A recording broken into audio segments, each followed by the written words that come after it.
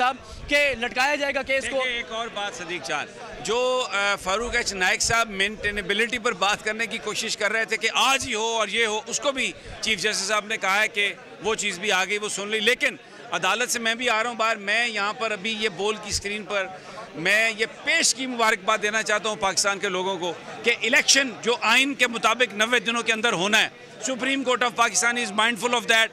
और ये जो डिलेइंग टैक्टिक्स थे वो बिल्कुल कामयाब नहीं होंगे।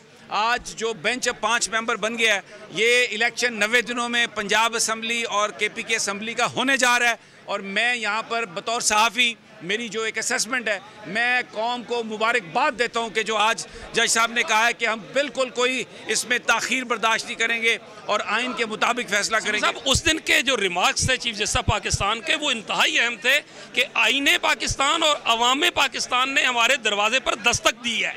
और साथ उन्होंने ये भी कहा था कि मौलवी तमीज़ुद्दीन आए हैं, तो आज मौलवी तमीज़ुद्दीन की रूह जो है वो प्रिवेल करेगी। उस वक्त गवर्नर जनरल ने जो इकदाम किया था उसको वो रिजेक्ट करेंगे। इस वक्त गवर्नर और हुकूमत इलेक्शन से भागने की कोशिश कर रही है।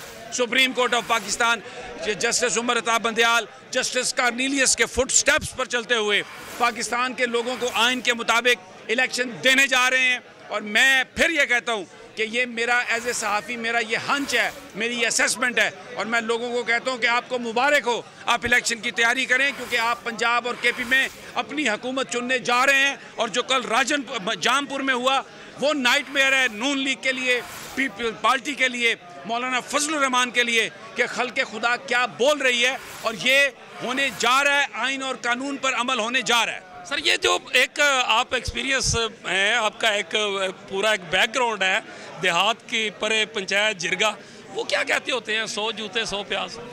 देखिए, मैं थोड़ा सा, ये आपकी बात सही होगी लेकिन ये मैं नहीं इस पे जाता, क्योंकि